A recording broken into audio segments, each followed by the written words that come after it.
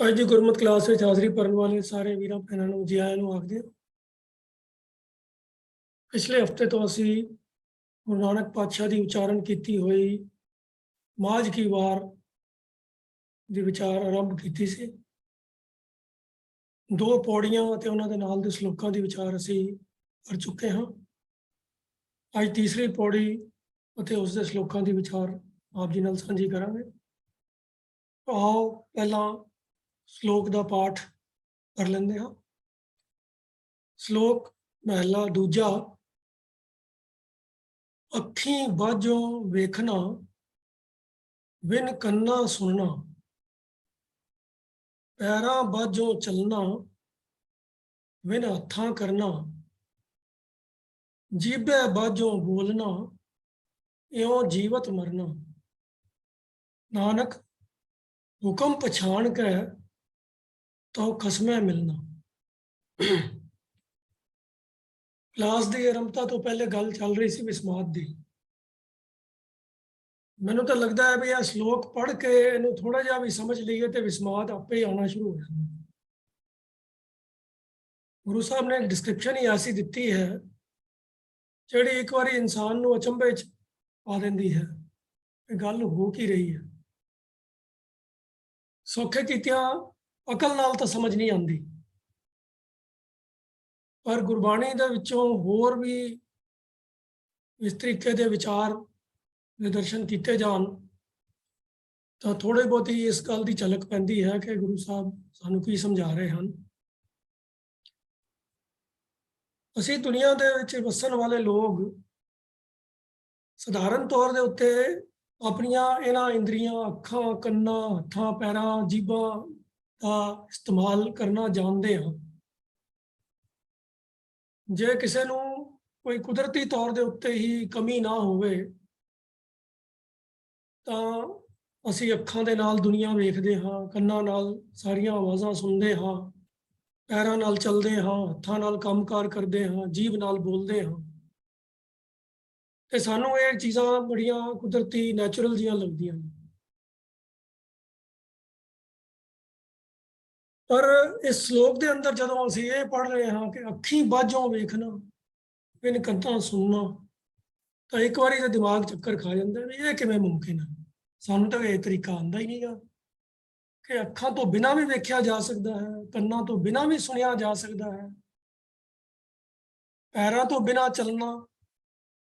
Travel ਤਾਂ ਕਰ ਸਕਦੇ ਹਾਂ ਅਸੀਂ ਪੈਰਾਂ ਤੋਂ ਬਿਨਾਂ, ਜਿਵੇਂ ਕਿਸੇ ਗੱਡੀ 'ਚ ਬੈਠ ਗਏ, ਬੱਸ 'ਚ ਬੈਠ ਗਏ, ਹਵਾਈ ਜਹਾਜ਼ 'ਚ ਬੈਠ ਗਏ, ਕਿਸੇ ਨੇ ਸਾਨੂੰ ਚੁੱਕ ਕੇ ਇੱਕ ਥਾਂ ਤੇ ਬਿਠਾ ਦਿੱਤਾ ਤੇ ਉਹ ਵਹੀਕਲ ਇਸਤੇਮਾਲ ਹੋ ਕੇ ਉਹ ਚੱਲਣੀ ਸ਼ੁਰੂ ਹੋ ਗਈ, ਪਰ ਉਹ ਚੱਲਣਾ ਨਹੀਂ ਹੈ।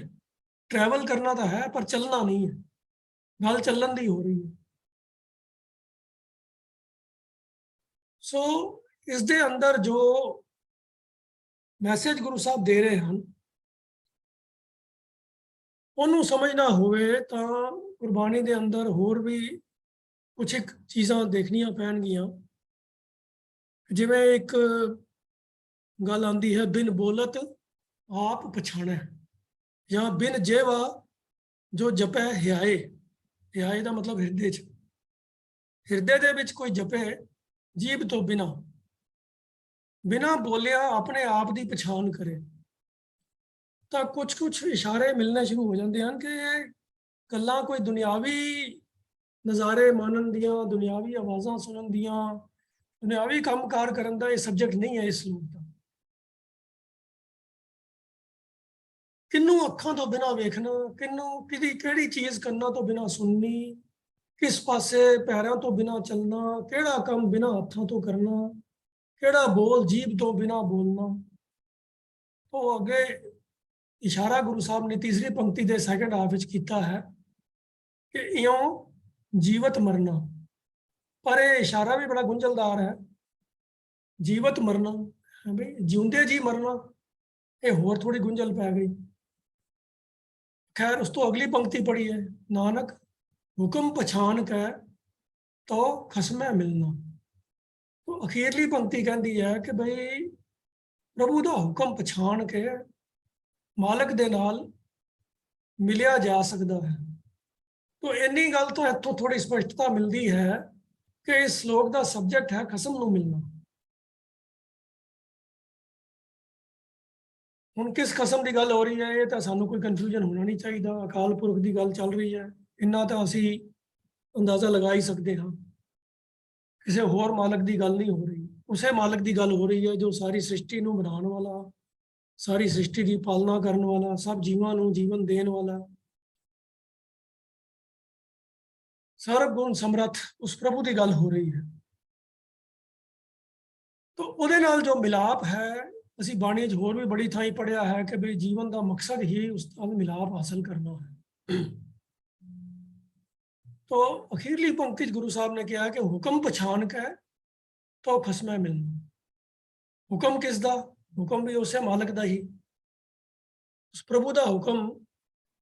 इस हुक्म की गल गुरु नानक पातशाह ने जप बाणी के आरंभ विच भी की है। हुक्म रजाई चलना, हुक्म अंदर सब को, बाहर हुक्म ना कोई। तो परमात्मा का हुक्म ਉਹਦੀ पछाण भी इंसान ਨੂੰ होनी चाहिए है। ये तो ठीक है कि दुनिया की हर वस्तु, हर चीज, हर जीव प्रभु के हुक्म के अधीन है, पर सारे हुक्म उस रजा के मालक के हुक्म में चलते नहीं हैं। ये तुरों साढ़े वास्ते लिखा होया आया है कि असी उसकी रजा की मालक के हुक्म में चलना है, पर सारे चलते तो नहीं हैं क्योंकि वो हुक्म की पछाण ही नहीं रखते। तो इस श्लोक के अंदर जो सब्जेक्ट है वो प्रभु के नाल मिलाप का है। ਹੁਣ आम दुनिया ਵਿੱਚ ਜਦੋਂ कभी भी कोई लोग आपस ਵਿੱਚ डिस्कशन करते हैं रब कित्थे है, किवें मिल सकता है, तो लोग भांत भांत ਦੀਆਂ ਗੱਲਾਂ ਕਰਦੇ ਹਨ। रब तो बड़ी दूर है, 7वें आसमान ਤੇ ਰਹਿੰਦਾ है, इस दुनिया 'ਚ नहीं ਰਹਿੰਦਾ। कोई कहता है कि रब तो सिर्फ जिवें मुसलमानों का अकीदा है कि रब का घर तो उत्थे मक्के विच ही है। सनातन मत दे कई लोगों का विचार है, उन्हों का विश्वास है कि रब का घर तो उत्थे जगन्नाथपुरी च है, उत्थे रहिंदा जगन्नाथ प्रभु जिहड़ा जगत का मालक है वो उत्थे रहिंदा। कबीर साहब ने इस चीज़ का जिक्र भी किया है बाणी विच, दखन देश हरी का वासा पच्छम अल्लाह मुकामा। भाई मुसलमानों ने मिथ लिया कि वो अल्लाह जिहड़ा है वो तो पच्छम वाले पासे काबे च ही रहिंदा है। हिंदुओं ने मिथ लिया कि वो जगन्नाथपुरी च रहिंदा है। पर गुरु नानक पातशाह ने गुरबाणी के अंदर जो सिद्धांत दिता है उन्होंने गल ही ये की है कि वो करता पुरख है, वो सब विच समाया होया है। उन्हें जो सृष्टि की साजना की है उन्हें अपने आप को अंदर ही, अपनी रचना के अंदर, अपनी गिरत के अंदर ही टिका दिता है। गुरु साहब आसा के बारे में भी कहते हैं कि कर आसन डिठो चाओ, कि उसने ये सारी रचना बना के फिर अपना आसन भी इस अपनी किरत के अंदर ही टिका लिया और बड़े चाह के नाल इसकी संभाल कर रहा है। बना के किधरे वेला होके वखरा नहीं बैठ गया, और इसकी सारी कार नूं चला भी रहा है, इसकी संभाल भी कर रहा है। सो जेडे लोग परमात्मा नूं किधरे दूर वसदा जानते हैं, कोई किधरे होर किसी वखरे घर च वसदा जानते हैं, उन्हां दीयां गल्लां तां गुरमत दे अंदर फिट बैठदियां नहीं है। गुरबाणी के जो सिद्धांत हैं, तो गुरमत का सिद्धांत है कि कुदरत करके वसिया सोए। फिर यह भी गल आती है कि उसका कोई रूप रंग रेख आकार नहीं है, ਉਹਦਾ कोई चेन चक्कर नहीं है, कोई उसनों किसी खास साइज के नाल मिनिया नहीं जा सकता, ਉਹਦੀ गिनती नहीं की जा सकती, ਉਹਦਾ आकार का अंदाजा नहीं लगाया जा सकता।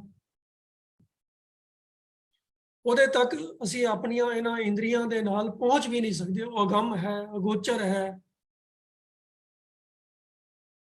सो इत्थों ये गल तो समझ आ जाती है कि ਜਿਹੜੀਆਂ ਸਾਡੀਆਂ ਇੰਦਰੀਆਂ ਦੀ ਵਰਤੋਂ ਕਰਕੇ ਅਸੀਂ ਦੁਨਿਆਵੀ ਦ੍ਰਿਸ਼ ਦੇਖਦੇ ਹਾਂ, ਦੁਨੀਆ ਦੇ ਸਾਰੇ ਰਸ ਮਾਣਦੇ ਹਾਂ, ਉਹ ਪ੍ਰਭੂ ਦੇ ਮਿਲਾਪ ਵਾਸਤੇ, ਪ੍ਰਭੂ ਦੇ ਦੀਦਾਰ ਵਾਸਤੇ ਕੰਮ ਨਹੀਂ ਆਉਂਦੇ। गुरबाणी का एक फरमान होर भी आता है, नानक से अखड़ियां बेअन जिन्हें दिसंदो मां पिरी। मेरा प्यारा, जिन्हां अखां दे नाल दिसदा है वो अखां दूसरियां हैं, ये नहीं हैं जिहड़ियां साडे चेहरे ते लगियां होईयां हैं। सो इसलिए ये तो प्रतख स्पष्ट है गल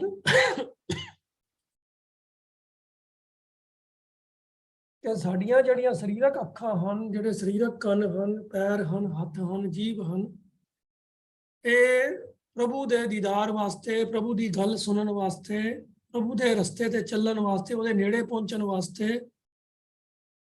नहीं कामयाब हो सकदियां, नहीं काम आ सकदियां। तो इसलिए गुरु साहब इस श्लोक ਦੇ ਵਿੱਚ ਸਾਨੂੰ ਸਮਝਾ ਰਹੇ ਹਨ कि अखी बाझों वेखना, जे उस प्रभु ਦੇ दीदार करना चाहते हो तो इन्हां अखां तो बिना ही वेखना पएगा। जे उसकी गल, उसके बोल सुनना चाहते हो तो इन्हां कन्नां तो बिना ही सुनने पैणगे। जे उस प्रभु के मिलाप के मार्ग ते चलना चाहते हो तो इन्हां पैरों तो बिना ही चलना पएगा। जे ਉਹਦੇ ਮਿਲਾਪ ਵਾਸਤੇ कोई जतन करना चाहते हो, कोई एफर्ट करना चाहते हो, कोई काम सवारना चाहते हो तो इन्हां हत्थों तो बिना ही होएगा। जे उसनू आवाज़ मार के अपने नेड़े भी सदना चाहते हो, जे ਉਹਦੀ कोई गल सुनने वास्ते ਉਹਨੂੰ बुला के ਉਹਦੇ अगे कोई पुकार करना चाहते हो तो वह भी इस जीभ तो बिना ही बोलना पवेगा। फिर अगली गल कि इयों जीवत मरना, ਜਿਉਂਦੇ ਜੀ ਮਰਨਾ ਵੀ ਪਏਗਾ ਇਹਨਾਂ ਤਰੀਕਿਆਂ ਦੇ ਨਾਲ। ਪਹਿਲਾਂ ਤਾਂ ਇਹਨਾਂ ਦੇ ਉੱਤੇ ਰਿਲਾਇੰਸ ਛੱਡਣੀ ਪਏਗੀ ਕਿ ਬਈ ਇਹਨਾਂ ਅੱਖਾਂ ਦੇ ਨਾਲ ਮੈਂ ਪ੍ਰਭੂ ਦਾ ਦੀਦਾਰ ਕਰ ਸਕਦਾ ਹਾਂ, ਇਹਨਾਂ ਕੰਨਾਂ ਦੇ ਨਾਲ ਮੈਂ ਉਹਦੇ ਬੋਲ ਸੁਣ ਸਕਦਾ ਹਾਂ, ਇਹਨਾਂ ਪੈਰਾਂ ਦੇ ਨਾਲ ਮੈਂ ਉਹਦੇ ਘਰ ਤੱਕ ਪਹੁੰਚ ਸਕਦਾ ਹਾਂ। ਪਹਿਲੀ ਗੱਲ ਤਾਂ ਇੱਕ ਸਮਝਣ ਵਾਲੀ ਇਹ ਹੈ ਕਿ ਅਸੀਂ ਕਿਸੇ ਜਗ੍ਹਾ ਤੇ ਪਹੁੰਚਦੇ ਹਾਂ, ਕਿਸੇ ਮੰਜ਼ਿਲ ਤੇ, ਜੇ ਅਸੀਂ ਉਹਦੇ ਤੋਂ ਦੂਰ ਹੋਈਏ। जे असी मंजिल के उत्ते ही बैठे होइए तो फिर पहुंचने का तो कोई सवाल ही नहीं है। मंजिल वाल चलना तां पैंदा है जदों असी मंजिल तो दूर होंदे हां। जे मंजिल ते असी होइए तो फिर चल के मंजिल तक जाने का कोई मीनिंग नहीं है। तो प्रभु के घर जान का, प्रभु के घर चलन का सवाल तां पैदा होंदा है जे प्रभु किते साडे तो दूर होवे। जे वो सर्व व्यापक है, हर घट घट में समाया होया है, साडे हर जीव के अंदर प्रभु है, तो फिर ਉਹਦਾ घर भी तो साडे अंदर ही है। तो फिर चलन का की मतलब है ਉਹਦੇ घर जाने वास्ते कोई मीनिंग नहीं है।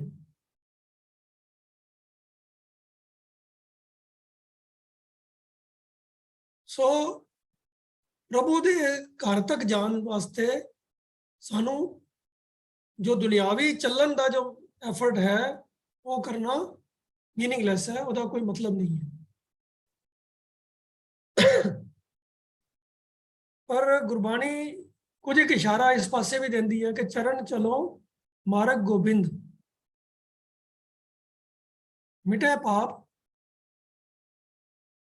तो जो गोबिंद के मार्ग ते चलिया जाता है तो जीवन के विचों पाप मिट जाते हैं। पाप हुंदे की हैं? वो काम जिहड़े प्रभु के हुक्म की पछाण तो बिना कीते जाते हैं, जिहड़े प्रभु की रजा तो उलट कीते जाते हैं, वो कर्म पाप हुंदे हैं। जे असी प्रभु का हुक्म पछाण के उहदे हुक्म के अधीन रह के ही जीवन गुजारते रहिए, सारे कर्म उहदे हुक्म के अनुसार करिए, तो उन्हां विचों कोई कर्म भी पाप कर्म नहीं हो सकता। तो इसलिए गोबिंद के मार्ग ते चलना उहदे हुक्म नूं पछाणना ही है, होर कुछ नहीं है। सो इस श्लोक के अंदर गुरु साहब जो सेध दे रहे हैं सानू कि उस अकाल पुरख नाल मिलाप करना होवे तां उहदा ढंग है अखी बाझों वेखना। इन्हां अखां दे नाल जो असी नज़ारे दुनिया ते देखते हाँ, उन्हां दे विच ही खचित ना हो के उस बालक नूं सर्व व्यापक जाणदियां होइयां, अपने अंदर महसूस करदियां होइयां जीवन गुजारना, उहदे हुक्म नूं पछाणना, विन कन्ना सुनना, जो भी कोई उसका हुक्म है उस हुक्म की पछाण करके अपने आप ਨੂੰ गाइड करना, अपनी सोच ਨੂੰ बदलना, और ਉਹਦੇ ਵਿੱਚ ਇਹ ਕੰਮ नहीं आ सकते। ਉਹ सिर्फ सुरत ਦੇ ਰਾਹੀਂ ਉਸ ਨੂੰ ਉਹਦੇ ਨਾਲ ਜੋੜਿਆ ਜਾ ਸਕਦਾ ਹੈ, ਉਹਦੇ ਹੁਕਮ ਨੂੰ ਅੰਦਰ ਟਿਕਾਇਆ ਜਾ ਸਕਦਾ ਹੈ। तो इस करके इन्हां ज्ञान इंद्रियां की वरतों करके असी प्रभु के हुक्म की पछाण नहीं कर सकते, ਉਹਦੇ ਨਾਲ मिलाप नहीं कर सकते। सो खसम नाल मिलना है तो इन्हां अखां तो बिना ही उसके दीदार करने होंगे। हुण ये दीदार करन दा जो इस्तेमाल हुंदे हन गुरबाणी दे विच ये लफज बहुत बारी इस्तेमाल होए हन कि परमात्मा दे दीदार हो जाते हैं, परमात्मा ਦੇ ਦਰਸ਼ਨ ਹੋ ਜਾਂਦੇ ਹਨ। तो ਉਹ ਸਿਰਫ ਇੱਕ ਗੱਲ ਨੂੰ ਐਕਸਪ੍ਰੈਸ ਕਰਨ ਦਾ ਇੱਕ ਤਰੀਕਾ ਹੈ, ਇੱਕ ਐਸੀ ਸ਼ਬਦਾਵਲੀ ਨੂੰ ਵਰਤ ਕੇ ਜਿਹੜੀ ਸ਼ਬਦਾਵਲੀ ਅਸੀਂ ਆਮ ਰੋਜ਼ਾਨਾ ਜ਼ਿੰਦਗੀ 'ਚ ਵਰਤਦੇ ਹਾਂ, ਉਹਦੇ ਤੋਂ ਸਿਰਫ ਇਸ਼ਾਰਾ ਲੈਣਾ ਹੈ, ਉਹਦੀ 1-to-1 ਇਕੁਏਸ਼ਨ ਨਹੀਂ ਅਸੀਂ ਬਣਾ ਸਕਦੇ ਕਿ ਜਿਵੇਂ ਅੱਖਾਂ ਖੋਲ ਕੇ ਚਾਨਣ ਦੇ ਅੰਦਰ ਅਸੀਂ ਵੇਖ ਸਕਦੇ ਹਾਂ। ਤਾਂ ਇਸ ਮਿਸਾਲ ਨੂੰ ਵਰਤਦਿਆਂ ਹੋਇਆਂ ਗਿਆਨ ਦੇ ਚਾਨਣ ਦੀ ਗੱਲ ਗੁਰਬਾਣੀ ਕਰਦੀ ਹੈ, ਜਿਸ ਦੇ ਨਾਲ ਅਸੀਂ ਪ੍ਰਭੂ ਦੇ ਦੀਦਾਰ ਕਰ ਸਕਦੇ ਹਾਂ। तो वो दीदार कोई अखां दे नहीं हैं, क्योंकि ज्ञान का जो चानन है वो इन्हां अखां दे काम नहीं आंदा, वो काम आंदा है सुरत दा, साडी सोच दा। जे वो ज्ञान सानू मिल जावे तो साडी सोच नहीं बदल जाती है, साडे काम करन दा ढंग बदल जाता है, जीवन का ढंग बदल जाता है। तो इस करके गुरु का ज्ञान का जो चानन है वो इन्हां अखां दे वास्ते नहीं है, वो साडी सुरत वास्ते है, साडी सोच वास्ते है। तो इस करके जी ये शब्दावली वरती जाती है कि वेखना, परमात्मा के दीदार करने, वो सिर्फ एक सुनेहा पहुँचाने का एक ढंग है, एक मिसाल वरत के, जिन्हों कह सकते हैं कि जिवें अलंकार की वरतों की जाती है। अदरवाइज जिहड़ी चीज़ का कोई रूप रंग रेख नहीं है, कोई आकार नहीं है, उसनों तो ये अखां वेख ही नहीं सकती। सो इस श्लोक के गुरु अंगद पातशाह सानू जो मैसेज कन्वे कर रहे हैं वो ये है कि उस खसम के नाल मिलना है, उस प्रभु के नाल मिलाप हासिल करना है, तो वो इन्हां शरीरक अखां दे नाल नहीं वेख्या जा सकता, इन्हां तो बिना उसनू वेखना पवेगा। तो उसनू वेखना है, उसनू अपने अंदरों महसूस करना, ਉਹਦਾ ਹੁਕਮ ਸੁਣਨਾ, ਉਹਦਾ ਸੁਨੇਹਾ ਸੁਣਨਾ, ਇਹ ਕੰਨ ਨਹੀਂ ਕੰਮ ਆਉਣਗੇ। ਉਹਨੂੰ ਆਪਣੀ ਸੁਰਤ ਦੇ ਅੰਦਰ ਮਹਿਸੂਸ ਕਰਨਾ, ਅਹਿਸਾਸ ਕਰਨਾ ਕਿ ਉਹ ਮੇਰੇ ਅੰਦਰ ਹੀ ਹੈ। ਉਹਦੇ ਕੋਲ ਜਾਣ ਵਾਸਤੇ, ਉਹਦੇ ਨਾਲ ਮਿਲਾਪ ਕਰਨ ਵਾਸਤੇ ਇਹਨਾਂ ਪੈਰਾਂ ਦੇ ਨਾਲ ਨਹੀਂ ਚੱਲਣ ਦੀ ਜ਼ਰੂਰਤ ਹੈਗੀ, ਕਿਉਂਕਿ ਉਹ ਕਿਤੇ ਦੂਰ ਨਹੀਂ ਹੈ, ਮੇਰੇ ਅੰਦਰ ਹੀ ਹੈ। ਇਹਨਾਂ ਪੈਰਾਂ ਤੋਂ ਬਿਨਾਂ ਹੀ ਉਹਦੇ ਨੇੜੇ ਹੋਣਾ ਪਵੇਗਾ। ਹੈ ਤਾਂ ਉਹ ਮੇਰੇ ਅੰਦਰ ਹੀ ਹੈ, ਤਾਂ ਫਿਰ ਨੇੜੇ ਕਿਵੇਂ ਹੋਣਾ? वो सिर्फ उसनू महसूस करना है। और वो महसूस हुंदा क्यों नहीं है? ये गल भी गुरु नानक पातशाह ने जप दी पहली पौड़ी दे विच ही गल दित्ती है कि ਉਹਦੇ ਵਿੱਚ और साडे दे विच एक कूड़ दी पाल है, कूड़ दा पर्दा है, कूड़ दी दीवार है। वो कूड़ है साडी अपनी हौमे। सो ये हौमे है साडे अंदर दी, जिहड़ी उसने साडे अंदर उसकी जोत हुंदियां होइयां भी सानू उसका एहसास होण नहीं देंदी कि असी अपने आप को कोई वखरा या समझ के उस जोत के एहसास तो वांझे रह जाते हैं। सो ये पैर उस दे नाल मिलाप सही नहीं हो सकते। तो ਉਹਦੇ मार्ग दे चलण वास्ते इन्हां पैरों तो बिना ही चलना पएगा। तो ਉਹਦੇ मिलाप वास्ते चलना है, वो है गोबिंद दे मार्ग दे चलना, भाव ਉਹਦੇ हुक्म की पछाण करनी। विन हत्थां करना, ये हथ भी किसी काम नहीं आ सकते उस प्रभु के नाल मिलाप हासिल करने वास्ते, क्योंकि हथ तो सिर्फ शरीरक कर्म करते हैं, इस दुनिया के पदार्थों को ही हैंडल करते हैं। प्रभु नूं इन्हां हत्थां दे नाल असीं ना टच कर सकते हैं, ना ही उसनूं स्पर्श करके उहदे बारे कोई जानकारी हासिल कर सकते हैं, क्योंकि वो आकार तो रहता है, वो स्थूल नहीं है। पर ये हथ केवल स्थूल वस्तुओं को ही महसूस कर सकते हैं, टच कर सकते हैं। ਇਹ ਜ਼ਬਾਨ ਸਾਡੀ ਜਿਹੜੀ ਹੈ ਉਹਦੇ ਬੋਲ ਵੀ ਉਸਦੇ ਨਾਲ ਮਿਲਾਪ ਹਾਸਲ ਕਰਨ ਦੇ ਵਿੱਚ ਕੰਮ ਨਹੀਂ ਆਏਗੀ, ਕਿਉਂਕਿ ਜਿਹੜੇ ਸਾਡੇ ਜੀਭ ਤੋਂ ਬੋਲ ਨਿਕਲਦੇ ਹਨ ਉਹ ਕੇਵਲ ਦੁਨੀਆਦਾਰਾਂ ਦੇ ਹੀ ਕੰਮ ਆਉਂਦੇ ਹਨ। ਜਿਹੜੇ ਦੁਨਿਆਵੀ ਕੰਨ ਹਨ ਉਹ ਸਾਡੇ ਬੋਲਾਂ ਨੂੰ ਸੁਣਦੇ ਹਨ। ਸਾਡੀ ਬੋਲੀਆਂ ਇਨਸਾਨ ਦੀਆਂ ਬਣਾਈਆਂ ਹੋਈਆਂ ਹਨ ਔਰ ਇਨਸਾਨ ਹੀ ਉਹਨਾਂ ਉਸ ਬੋਲੀ ਨੂੰ ਸਮਝਦੇ ਹਨ। ਲੋਕਾਂ ਨੂੰ ਬੜੇ ਭੁਲੇਖੇ ਸਨ, ਸੰਸਕ੍ਰਿਤ ਦੇਵ ਬੋਲੀ ਹੈ, ਕੋਈ ਕਹਿੰਦਾ ਹੈ ਨਹੀਂ ਅਰਬੀ ਜਿਹੜੀ ਆ ਉਹ ਖੁਦਾ ਦੀ ਬੋਲੀ ਹੈ। ਸਾਡੇ 'ਚ ਵੀ ਕਈ ਲੋਕੀ ਹਨ ਜਿਹੜੇ ਕਹਿੰਦੇ ਹਨ ਕਿ ਗੁਰਮੁਖੀ ਜਿਹੜੀ ਹੈ ਇਹ ਪ੍ਰਭੂ ਦੀ ਬੋਲੀ ਹੈ। ਇਸ ਤੋਂ ਬਿਨਾਂ ਕੋਈ ਹੋਰ ਰੱਬ ਨਾਲ ਗੱਲ ਕਰਨ ਦਾ ਕੋਈ ਤਰੀਕਾ ਨਹੀਂ, ਇਹ ਭੁਲੇਖਾ ਹੈ। ਪ੍ਰਭੂ ਦੇ ਨਾਲ ਜਿਹੜੀ ਬੋਲੀ ਆ ਉਹ ਹੈ ਭਾਖਿਆ ਭਾਉ ਅਪਾਰ, ਪਿਆਰ ਦੀ ਬੋਲੀ ਹੈ। ਹਿਰਦੇ ਵਿੱਚ ਪਿਆਰ ਹੀ ਪ੍ਰਭੂ ਦੇ ਨਾਲ ਗੱਲਬਾਤ ਦੀ ਬੋਲੀ ਹੈ। ਤੇ ਪਿਆਰ ਦੇ ਵਾਸਤੇ ਜ਼ਬਾਨ ਦੀ ਜ਼ਰੂਰਤ ਨਹੀਂ ਹੁੰਦੀ। ਪਿਆਰ ਇੱਕ ਅਹਿਸਾਸ ਹੈ ਜੋ ਸਾਡੇ ਹਿਰਦੇ ਦੇ ਵਿੱਚ ਹੈ, ਸਾਡੀ ਸੋਚ ਦੇ ਵਿੱਚ ਹੈ, ਸਾਡੇ ਇਮੋਸ਼ਨਸ ਦੇ ਵਿੱਚ ਹੈ। ਉਹਦਾ ਜੀਭ ਨਾਲ ਕੋਈ ਲੈਣਾ ਦੇਣਾ ਨਹੀਂ ਹੈ। ਇਉਂ ਜੀਵਤ ਮਰਨਾ, ਇਹ ਜੀਵਤ ਮਰਨੇ ਦੀ ਗੱਲ ਕਿਵੇਂ ਇਸ ਦੇ ਅੰਦਰ ਆ ਗਈ ਔਰ ਕਿਸ ਤਰ੍ਹਾਂ ਸਾਨੂੰ ਸਮਝ ਆ ਸਕਦੀ ਹੈ?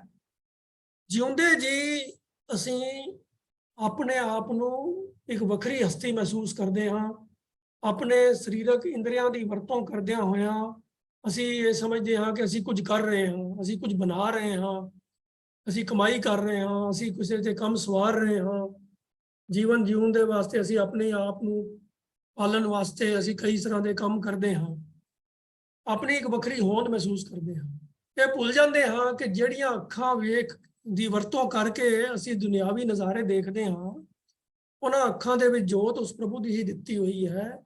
ਜਿਸ ਸਰੀਰ ਦੀ ਵਰਤੋਂ ਕਰਕੇ ਅਸੀਂ ਸਾਰੇ ਕੰਮਕਾਰ ਕਰਦੇ ਹਾਂ, ਉਹ ਸਰੀਰ ਵੀ ਪ੍ਰਭੂ ਦੀ ਹੀ ਦਾਤ ਹੈ। ਔਰ ਇਹ ਸਰੀਰ ਕੰਮਕਾਰ ਤਾਂ ਹੀ ਕਰਦਾ ਹੈ ਜੇ ਉਹਦੇ ਅੰਦਰ ਉਸ ਪ੍ਰਭੂ ਦੀ ਜੋਤ ਹੈ। ਜਦ ਤੱਕ ਜੋਤ ਹੈ ਸਰੀਰ ਚੱਲਦਾ ਫਿਰਦਾ ਹੈ, ਤੇ ਜਦੋਂ ਉਹ ਜੋਤ ਨਿਕਲ ਜਾਂਦੀ ਹੈ ਤੇ ਇਹ ਸਰੀਰ ਜਿਹੜਾ ਹੈ ਕੇਵਲ ਮਿੱਟੀ ਦੀ ਢੇਰੀ ਬਣ ਜਾਂਦਾ ਹੈ। ਫਿਰ ਉਹ ਕਾਢੋ ਹੋਈ ਵਾਲੀ ਗੱਲ ਸਾਰੇ ਲੋਕ ਕਰਨ ਲੱਗ ਪੈਂਦੇ ਹਨ ਵੀ ਇਹਨੂੰ ਤਾਂ ਜਾ ਕੇ ਹੁਣ ਖਤਮ ਕਰੋ, ਸਾੜ ਦਿਓ ਜਾਂ ਦੱਬ ਦਿਓ। ਤੋ ਇਹ ਅਹਿਸਾਸ ਜਦੋਂ ਅਸੀਂ ਭੁੱਲ ਜਾਂਦੇ ਹਾਂ ਕਿ ਸਭ ਕੁਝ ਜੋ ਸਾਡੇ ਸਰੀਰ ਦੇ ਰਾਹੀਂ, ਸਾਡੇ ਸੋਚ ਦੇ ਰਾਹੀਂ ਜੋ ਕੁਝ ਵੀ ਹੋ ਰਿਹਾ ਹੈ ਉਹ ਪ੍ਰਭੂ ਦੀ ਹੀ ਦਾਤ ਹੈ, ਤਾਂ ਉਹ ਸਾਡੇ ਅੰਦਰ ਜਿਹੜਾ ਇੱਕ ਹੰਕਾਰ ਦੀ, ਹਉਮੈ ਦੀ ਭਾਵਨਾ ਜਿਹੜੀ ਹੈ ਉਹ ਕੰਮ ਕਰ ਰਹੀ ਹੁੰਦੀ ਹੈ। ਇਹ ਆਪਾ ਭਾਵ ਨੂੰ ਗਵਾਉਣਾ ਜਿਹੜਾ ਹੈ ਉਹੀ ਇੱਕੋ ਇੱਕ ਢੰਗ ਹੈ ਉਸ ਪ੍ਰਭੂ ਦੇ ਹੁਕਮ ਦੀ ਪਛਾਣ ਕਰਕੇ ਉਹਦੇ ਨਾਲ ਮਿਲਾਪ ਹਾਸਲ ਕਰਨ ਦਾ। ਤੋ ਇਹ ਗੱਲਾਂ ਜਿਹੜੀਆਂ ਇਕੱਠੀਆਂ ਅਖੀਰ ਤੇ ਆਈਆਂ ਹਨ ਕਿ ਇਉਂ ਜੀਵਤ ਮਰਨਾ, ਨਾਨਕ ਹੁਕਮ ਪਛਾਣ ਕਹਿ ਤੋ ਖਸਮੈ ਮਿਲਣਾ। ਇਹ ਆਪਸ ਵਿੱਚ ਇੰਟਰਲਿੰਕਡ ਹਨ। ਜਦੋਂ ਉਸ ਪ੍ਰਭੂ ਦੇ ਹੁਕਮ ਦੀ ਪਛਾਣ ਹੋ ਜਾਵੇ ਤਾਂ ਇਹ ਸੋਝੀ ਆ ਜਾਂਦੀ ਹੈ ਕਿ ਸਭੈ ਘਟ ਰਾਮ ਬੋਲੇ, ਰਾਮਾ ਬੋਲੇ, ਰਾਮ ਬਿਨਾ ਕੋ ਬੋਲੇ ਰੇ, ਕੋਈ ਨਹੀਂ ਬੋਲ ਰਿਹਾ ਉਸ ਤੋਂ ਬਿਨਾ। ਜੋ ਕੁਝ ਦੁਨੀਆ 'ਚ ਵਰਤ ਰਿਹਾ ਹੈ ਉਹ ਪ੍ਰਭੂ ਦੀ ਹੀ ਸੱਤਾ, ਪ੍ਰਭੂ ਦੀ ਹੀ ਸ਼ਕਤੀ ਵਰਤ ਰਹੀ ਹੈ। ਉਸ ਦੀ ਜੋਤ ਹੀ ਸਾਰੇ ਕੰਮ ਕਰ ਰਹੀ ਹੈ। ਇਹ ਅਹਿਸਾਸ, ਇਹ ਆਪਾ ਭਾਵ ਦਾ ਤਿਆਗ ਕਰਨਾ ਜਿਹੜਾ ਹੈ, ਜਦੋਂ ਆਪਾ ਭਾਵ ਸਾਡੇ ਅੰਦਰੋਂ ਮਿਟਦਾ ਹੈ ਤਾਂ ਇਹ ਜੀਵਤ ਮਰਨ ਦੀ ਅਵਸਥਾ ਬਣਦੀ ਹੈ। ਤਾਂ ਅਸਲ ਵਿੱਚ ਇਹ ਹੁਕਮ ਦੀ ਪਛਾਣ ਜਿਹੜੀ ਹੈ ਪ੍ਰੈਕਟੀਕਲ ਤੌਰ ਦੇ ਉੱਤੇ ਸਾਡੇ ਜੀਵਨ ਵਿੱਚ ਹੁੰਦੀ ਹੈ। ਔਰ ਜਦੋਂ ਇਹ ਜੀਵਤ ਮਰਨ ਦੀ ਅਵਸਥਾ ਹੋ ਜਾਂਦੀ ਹੈ, ਜਦੋਂ ਇਹ ਹੁਕਮ ਦੀ ਪਛਾਣ ਹੋ ਜਾਂਦੀ ਹੈ, ਤਾਂ ਹੀ ਖਸਮ ਦੇ ਨਾਲ ਮਿਲਾਪ ਮੁਮਕਿਨ ਹੁੰਦਾ ਹੈ। ਇਹ ਜੀਵਤ ਮਰੇ ਦੇ ਬਾਰੇ ਗੁਰਬਾਣੀ ਵਿੱਚ ਹੋਰ ਵੀ ਕਈ ਸਾਰੀਆਂ ਐਸੀਆਂ ਪੰਕਤੀਆਂ ਆਈਆਂ ਹਨ ਜਿਨ੍ਹਾਂ ਤੋਂ ਥੋੜਾ ਹੋਰ ਸ਼ਾਇਦ ਕਲੈਰਿਟੀ ਹੋ ਜਾਵੇ ਕਿ ਆਪ ਛੋੜ ਜੀਵਤ ਮਰੈ ਗੁਰ ਕੈ ਸ਼ਬਦ ਵਿਚਾਰ। ਸ੍ਰੀ ਰਾਗ ਦੇ ਵਿੱਚ ਇਹ ਪੰਕਤੀ ਆਉਂਦੀ ਹੈ ਪੰਨਾ 34 ਦੇ ਉੱਪਰ, ਆਪ ਛੋੜ ਜੀਵਤ ਮਰੈ ਗੁਰ ਕੈ ਸ਼ਬਦ ਵਿਚਾਰ। ਕਿ ਗੁਰੂ ਦੇ ਸ਼ਬਦ ਦੀ ਵਿਚਾਰ ਦੁਆਰਾ ਆਪਣਾ ਆਪ ਛੋੜ ਕੇ ਇਨਸਾਨ ਜਿਉਂਦੇ ਜੀ ਮਰ ਸਕਦਾ ਹੈ, ਜੀਵਤ ਮਰੈ ਦੀ ਅਵਸਥਾ ਪ੍ਰਾਪਤ ਕਰ ਸਕਦਾ ਹੈ। ਕਿਉਂਕਿ ਜਦੋਂ ਵੀ ਇਹ ਗੱਲ ਆਏਗੀ ਜੀਵਤ ਮਰਨ ਦੀ, ਹੁਕਮ ਪਛਾਣਨ ਦੀ, ਤਾਂ ਸਾਡੇ ਮਨ ਦੇ ਅੰਦਰ ਕਈ ਤਰ੍ਹਾਂ ਦੇ ਸਵਾਲ ਪੈਦਾ ਹੋਣਗੇ। ਇਹ ਕਿਵੇਂ ਮੁਮਕਿਨ ਹੈ? ਇਹਦਾ ਢੰਗ ਕੀ ਹੈ? ਕਿ ਕਰਨਾ ਕੀ ਆਖਰ? ਕਿਉਂਕਿ ਇਨਸਾਨ ਦੇ ਅੰਦਰ ਹਮੇਸ਼ਾ ਉਹਦੇ ਆਪਣੇ ਆਪ ਦੀ ਹੋਂਦ, ਆਪਣੇ ਆਪ ਤੇ ਕੌਨਫੀਡੈਂਸ, ਆਪਣੀ ਸਮਰੱਥਾ ਦੇ ਉੱਤੇ ਭਰੋਸਾ ਹੁੰਦਾ ਹੈ। ਉਹ ਹਮੇਸ਼ਾ ਇਹ ਸਵਾਲ ਕਰਦਾ, ਅੱਛਾ ਮੈਂ ਕਰਨਾ ਕੀ ਹੈ, ਮੈਂ ਕੀ ਕਰਾਂ? ਕਿਉਂਕਿ ਉਹਨੂੰ ਆਪਣੀ ਮੈਂ ਦੇ ਉੱਤੇ ਬਹੁਤ ਭਰੋਸਾ ਹੁੰਦਾ। ਤਾਂ ਇਹ ਸਵਾਲ ਹੀ ਇਹ ਪੈਦਾ ਹੁੰਦਾ, ਅੱਛਾ ਮੈਂ ਕੀ ਕਰਨਾ ਹੈ ਜਿਹਦੇ ਨਾਲ ਮੈਂ ਉਹ ਮਾਲਕ ਨੂੰ ਮਿਲ ਸਕਾਂ। ਉਹ ਮੈਂ ਨੂੰ ਛੱਡਣਾ ਜਿਹੜਾ ਹੈ ਉਹ ਉਹਦੇ ਵਾਸਤੇ ਸਧਾਰਨ ਤੌਰ ਦੇ ਉੱਤੇ ਮੁਮਕਿਨ ਹੁੰਦਾ ਨਹੀਂ ਹੈ। ਤਾਂ ਇਸੇ ਲਈ ਇਹ ਮੈਂ ਨੂੰ ਛੱਡਣਾ, ਇਹ ਆਪਾ ਭਾਵ ਤਿਆਗਣਾ, ਇਹ ਗੁਰੂ ਦੇ ਸ਼ਬਦ ਦੇ ਵਿਚਾਰ ਤੋਂ ਬਿਨਾ ਮੁਮਕਿਨ ਨਹੀਂ ਹੁੰਦਾ।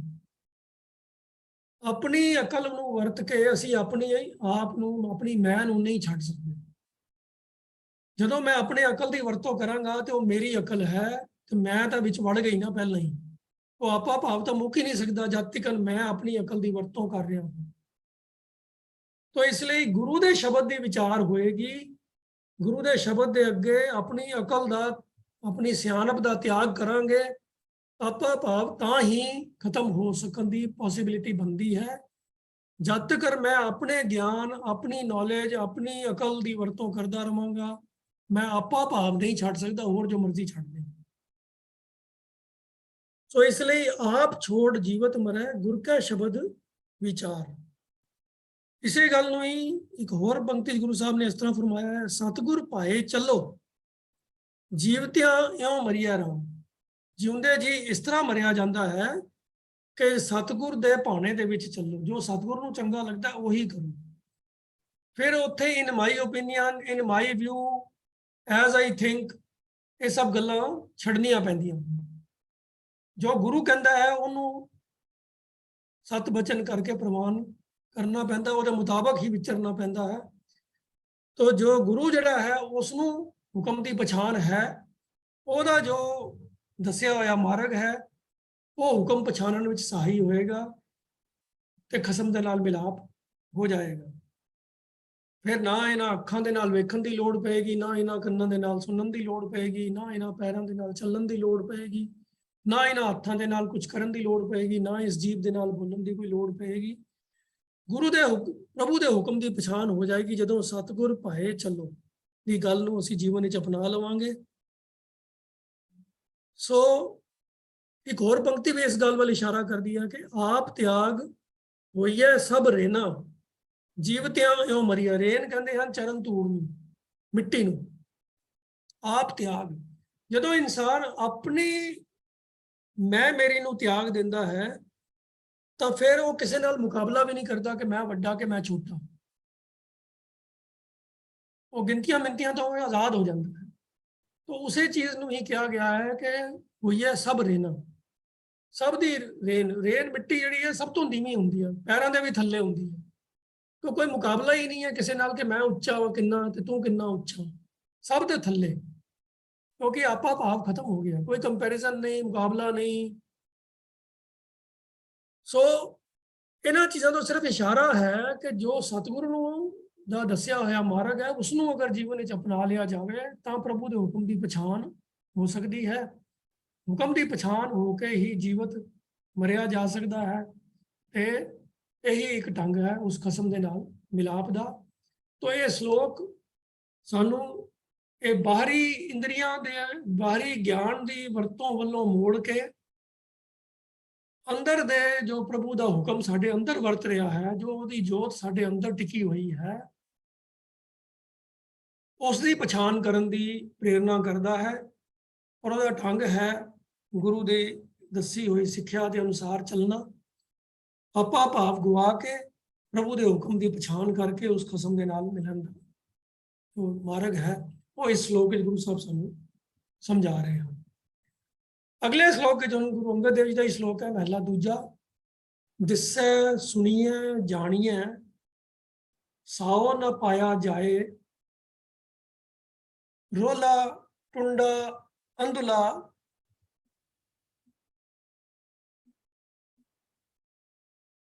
ਕਿਉਂ ਗਲ ਲੱਗਾ ਤਾਏ, ਪੈ ਕੇ ਚਰਨ ਕਰ ਭਾਵ ਕੇ ਲੋਇਨ ਸੁਰਤ ਕਰੇ, ਨਾਨਕ ਕਹੈ ਸਿਆਣੀਏ ਇਵ ਕੰਤ ਮਿਲਾਵਾ ਹੋਏ।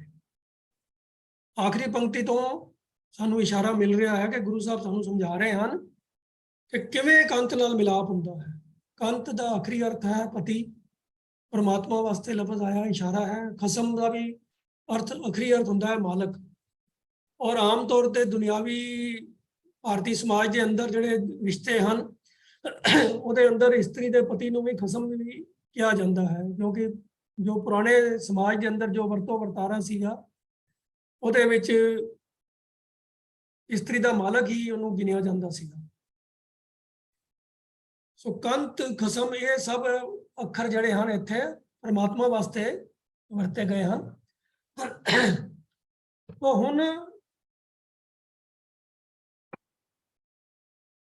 इस श्लोक के अंदर गुरु अंगद पातशाह सानू थोड़ी गल होर स्पष्ट करा के समझा रहे हैं। दिसै सुनिए जानिए सौ ना पाया जाए। सानू दुनिया में बड़ा कुछ दिस रहा है, सुनी भी रहा है, जानिया भी, असी जानते भी बहुत कुछ हाँ। असल में ये सब कुछ परमात्मा का ही वरतारा है, वह ही चोज है, वह ही तमाशा है। पर सानू ये सब कुछ वखरा नज़र आता है। सानू पहाड़ नज़र आते हैं, सानू बाग नज़र आते हैं, सानू फुल नज़र आते हैं, सानू जीव जंतु नज़र आते हैं, दुनिया के रंग तमाशे सब कुछ नज़र आता है। सानू ये लगता है कि भाई ये सब कुछ एक अपने आप में बड़ी कोई वखरियां चंगियां और माड़ियां चीज़ां हैं। ਵੱਖ-ਵੱਖ तरह दी आवाज़ां सुनते हाँ, कुछ सानू आवाज़ां चंगियां लगदियां हैं, कुछ शोर शराबे सानू माड़े लगते हैं, कई तरह की असी इनफॉर्मेशन इकट्ठी करते हाँ ते अपने हंकार च वाधा करते हैं। पर असलीयत जो है कि ये जो कुछ भी दिसदा सुनदा जानिया जा रहा है वो सब प्रभु का ही चोज है, प्रभु के ही रंग हैं, प्रभु का ही वरतारा है। पर सानू उसका स्वाद नहीं आता, सौ ना पाया जाए। सौ का आखिरी अर्थ होता है स्वाद या रस।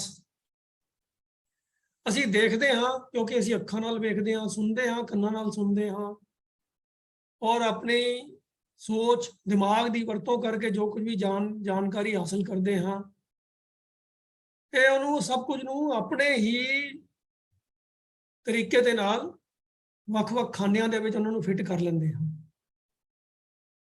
पर उस प्रभु की कुदरत का नज़ारा, प्रभु के चोज का आनंद नहीं लै पाते, स्वाद नहीं पाया जाता। जो असल में विस्माद सानू आना चाहिए ना वो आंदा नहीं है।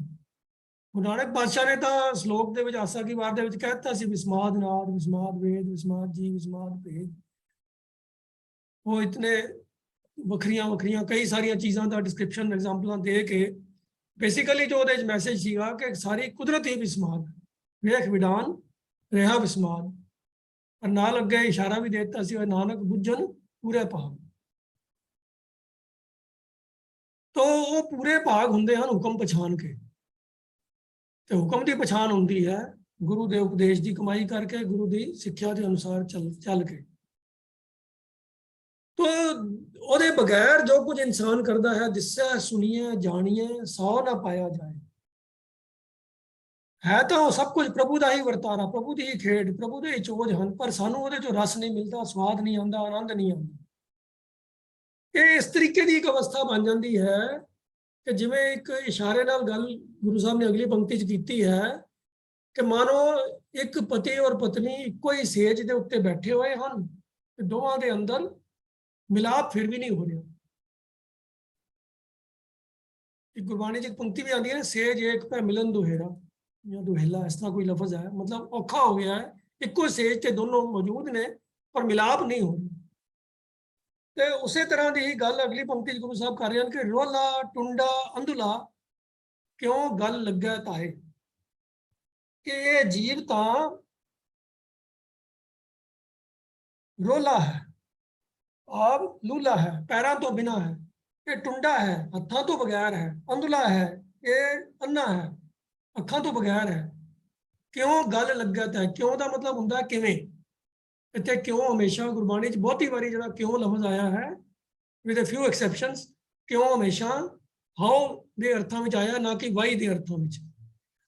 तो क्यों गल लगत है का मतलब है किवें गल लग्या थाए, गले दे नाल लग के दौड़ के उसनों मिल पवे।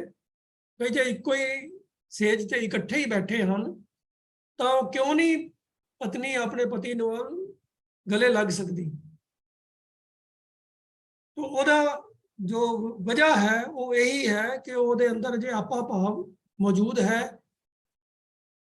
वो आपा भाव नहीं गवा सकता। वो जीवन मरण की अजे अवस्था अजे ਉਹਦੀ बनी नहीं है जिसे करके मिलाप मुमकिन हो सके। तो ये हुण किहड़े पैर नहीं हैं, किहड़े हथ नहीं हैं, किहड़ियां अखां नहीं हैं जिन्हां दे नाल प्रभु दे नाल मिलाप मुमकिन हो सकता है। तो वो अगे अगलियां पंक्तियां गुरु साहब फरमाते हैं कि भै के चरण कर भाव के लोयन सुरत करे। तो प्रभु का मिलाप जे करना चाहते हो कि प्रभु दे मिलाप दे वास्ते तो प्रभु का जो अदब है उन्होंने अपने चरण बना लै। प्रभु का अदब इतने लफ्ज भै आया है, भै का आखिरी अर्थ होंगे डर, पर यह डर कोई दहशत वाला डर नहीं है, यह है अदब का कि प्रभु के हुक्म के अधीन रहना, ਉਹਦੇ अदब ਵਿੱਚ रहना, ਉਹਦੇ हुक्म की रजा ਦੇ ਵਿੱਚ चलना, ये भै है। तो हुक्म की पछाण होएगी तो बंदे के अंदर उस हुक्म का भै होएगा, ਉਹਦੇ मुताबिक वो फिर ਚੱਲੇਗਾ। तो भै के चरण जीवन ਨੂੰ ਚਲਾਉਣ ਵਾਸਤੇ ਭੈ ਦੇ ਚਰਨ ਚਾਹੀਦੇ ਹਨ, ਪ੍ਰਭੂ ਦੇ ਹੁਕਮ ਦੇ ਅਦਬ ਦੇ ਚਰਨ ਚਾਹੀਦੇ ਹਨ। ਕਰ ਭਾਵ ਕੇ, ਭਾਵ ਦਾ ਅਰਥ ਹੁੰਦਾ ਹੈ ਪਿਆਰ, ਤੇ ਕਰ ਦਾ ਅਰਥ ਹੈ ਹੱਥ। ਪਿਆਰ ਦੇ ਹੱਥ ਬਣਾ ਲੈ। प्रभु की सारी रचना के अंदर प्रभु मौजूद है, साडे अंदर भी मौजूद है, तो बाकी सब चीज़ों के भी मौजूद है, हर जीव के अंदर मौजूद है। कि जब तक प्रभु के नाल असी प्यार नहीं करांगे, सब के अंदर उसकी होंद नूं महसूस नहीं करांगे, तो उहदे नाल भेदता किवें होएगी? ये तो मुमकिन ही नहीं है कि मैं अपने अंदर बैठे प्रभु नाल ते प्यार करां ते तुहाडे अंदर बैठे हुए नूं नफरत करां। सो जे प्रभु के नाल प्यार करना है तो सारी उहदी खलकत के नाल भी प्यार करना ही पएगा। फरीद साहब ने भी कहा है, फरीदा खालक खलक में खलक वसै रब माए, मंदा किसनों आखिए जा तिस बिन कोई ना। सो प्यार दे हथ होणगे ते तां ही काम बनेगा, ਉਹਦੇ ਨਾਲ ਅੱਗੇ ਨੇੜਤਾ ਵਧੇਗੀ। ਉਹ ਬਾਹਾਂ ਉਹ ਹੱਥ ਉਹਦੇ ਗਲੇ ਤੱਕ ਤਾਂ ਹੀ ਪਹੁੰਚਣਗੇ, ਉਹਦੇ ਨਾਲ ਗਲਵਕੜੀ ਤਾਂ ਹੀ ਪਏਗੀ ਜੇ ਭਾਵ ਦੇ ਕਰ ਹੋਣ, ਪਿਆਰ ਦੇ ਹੱਥ ਹੋਣਗੇ। ਲੋਇਨ ਸੁਰਤ करे, सुरत के अंदर हमेशा ही उस प्रभु की जोत का एहसास होएगा, ता ही सब थाई वो प्रभु के दीदार होणगे। हर हिरदे विच, हर जगह ते, हर कन कन विच वो प्रभु महसूस होएगा, ता ही ये अखां नूं वो प्रभु नजर आएगा। ये वालियां अखां चाहिदियां ने सुरती दी। सो प्रभु की याद हर समय अंदर रवे, ਉਹਦੇ ਨਾਲ प्यार रवे, ਉਹਦੇ हुक्म का अदब हर अंदर रवे। तो गुरु साहब कहते हैं, नानक कहे सियाणीए इम कंत मिलाना। हे सियाणीए जीव स्त्री है, इस तरीके दे नाल उस प्रभु पति दे नाल मिलाप हो सकता है। भै के चरण कर भाव के लोयन सुरत करे। सो यही ढंग है प्रभु के हुक्म के अदब च रहना, प्रभु के जोत का एहसास हमेशा हर जीव के विच, हर घट दे विच करना, और ये हर एक दे नाल प्यार की भावना रखनी।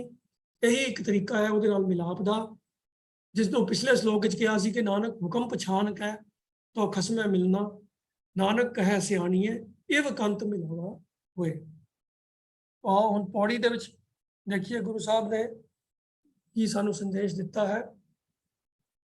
सदा सदा तू एक है, तुद दूजा खेल रचाया, हौमै गर्भ उपाय कै लोभ अंतर जनता पाया, ज्यों भावै त्यों रख तू सब करे तेरा कराया, एक ना बख्शै मेल लै गुरमती तुधै लाया, एक खड़े करै तेरी चाकरी बिन नामै होर न पाया, होर कार बेकार है एक सच्ची कारै लाया, पुत कलत कुटुंब है एक अलिपत रहे जो तुद पाया, वो अंदरों बाहरों निर्मले सच्चा नाए समाया।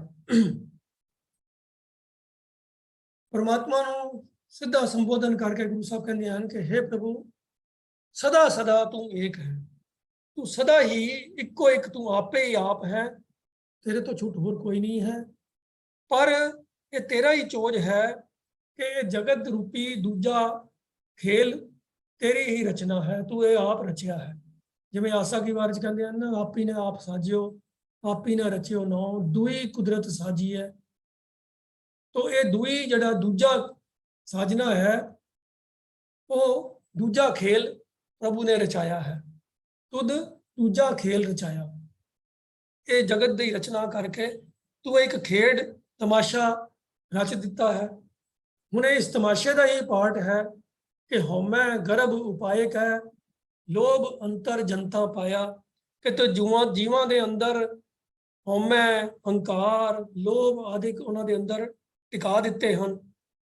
ये विकार तेरे ही पैदा किए हुए हैं। ये है तेरी खेड का हिस्सा। जीवां नूं भी तू ही पैदा किया है, ये माया भी तेरी ही पैदा की हुई है। ये माया के विकार भी जीवां के अंदर तेरे ही पाए हुए हैं। ज्यों भावै त्यों रख तू, सब करे तेरा कराया। सब जीव तेरे ही पैदा किए हुए, सब करे तेरा कराया। जो कुछ भी जीव करते हैं वो तेरे ही पैदा किए हुए जीव हैं, और तेरे हुक्म के अधीन ही जो करते हैं तेरे ही कराया हुए करते हैं। जिवें तू उन्होंने रखता है उवें ही वो रहते हैं। जिवें तेनों चंगा लगता है तू उन्होंने उस काम ते ला देता है, उस हालात में उन्होंने टिका देता है। एक ना बख्शे मेल लहे गुरमती तुधा लाया। कई जीवों के उत्ते तू बख्शिश करता है ते गुरु की मत ते बख्श के उन्होंने तू अपने नाल मेल लैंदा है। उन्होंने गुरु की मत मिल जाती है कि वो तेरे नाल मिलाप हासिल कर लेंदे हैं। और ਇਹੋ ਜਿਹੇ ਵਿੱਚੋਂ ਕਈ ਐਸੇ ਲੋਕ ਹਨ, ਇੱਕ ਲਫ਼ਜ਼ ਆਇਆ ਹੈ ਕੱਕੇ ਨੂੰ ਸਿਹਾਰੀ ਦੇ ਨਾਲ। ਜਦੋਂ ਵੀ ਇੱਕ ਕੱਕੇ ਨੂੰ ਸਿਹਾਰੀ ਨਾਲ ਆਂਦਾ ਹੈ ਬਹੁਵਚਨ ਹੁੰਦਾ ਹੈ, तो ਇਹਦਾ ਅਰਥ ਹੁੰਦਾ ਹੈ ਕਈ ਇੱਕ, ਮੈਨੀ। ਇੱਕ ਖੜੇ ਕਰੇ ਤੇਰੀ ਚਾਕਰੀ, ਵਿਨ ਨਾਮੈ ਹੋਰ ਨਾ ਪਾਇਆ। ਐਸੇ ਬੰਦਿਆਂ ਨੂੰ ਤੂੰ ਜਿਨ੍ਹਾਂ ਨੂੰ ਗੁਰੂ ਦੀ ਮੱਤ ਦੀ ਦਾਤ ਬਖਸ਼ ਦਿੱਤੀ ਹੈ, ਉਹ ਤੇਰੀ ਹੀ ਸੇਵਾ ਦੇ ਵਿੱਚ ਹਮੇਸ਼ਾ ਤਤਪਰ ਰਹਿੰਦੇ ਹਨ।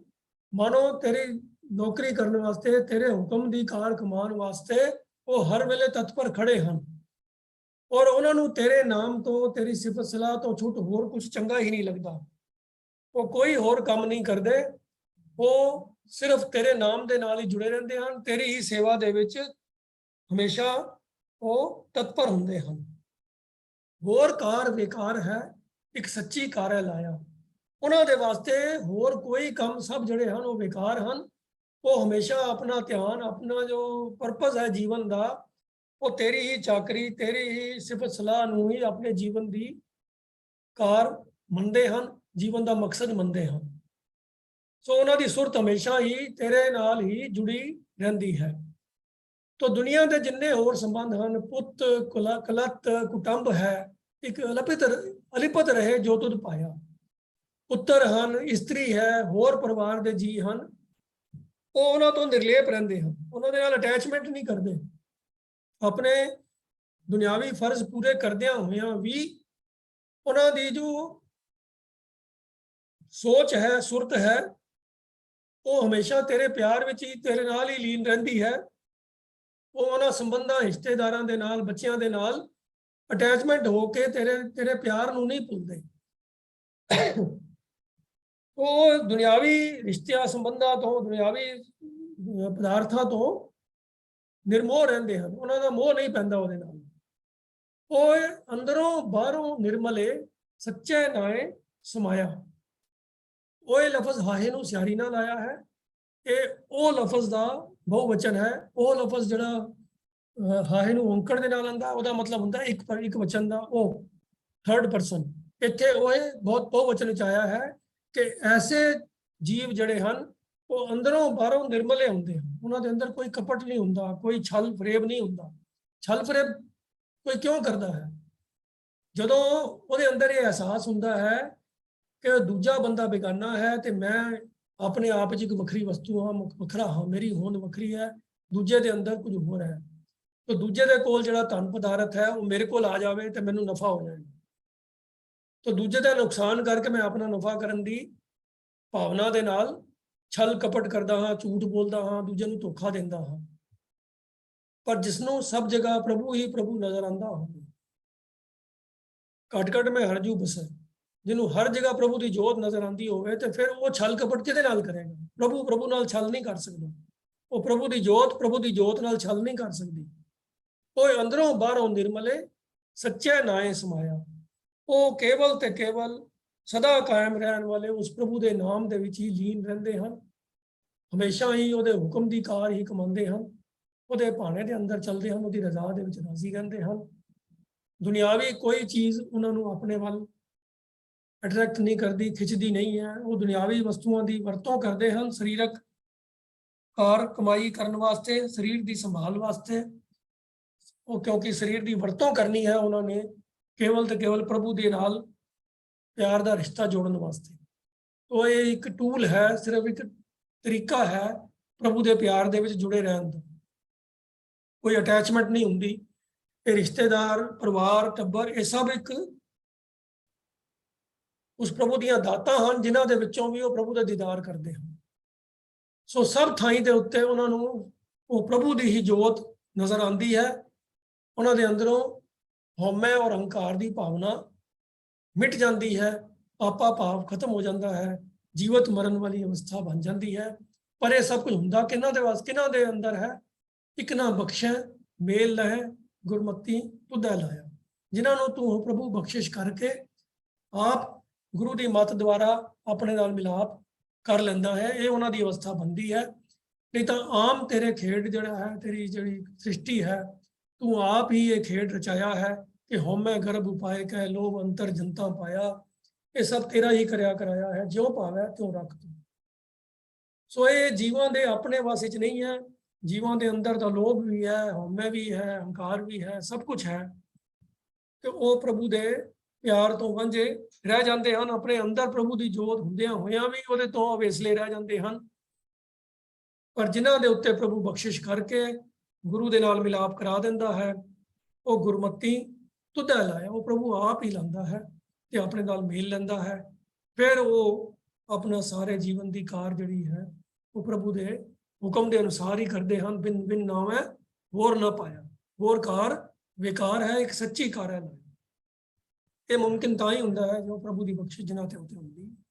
ਉਹ ਅੰਦਰੋਂ ਬਾਹਰੋਂ ਨਿਰਮਲੇ ਸੱਚਾ ਨਾਏ ਸਮਾਇਆ। तो इतने ही वचन प्रवान करने वही फुल्लां दी खिमाई। वाहिगुरू जी का खालसा, वाहिगुरू जी की फतेह।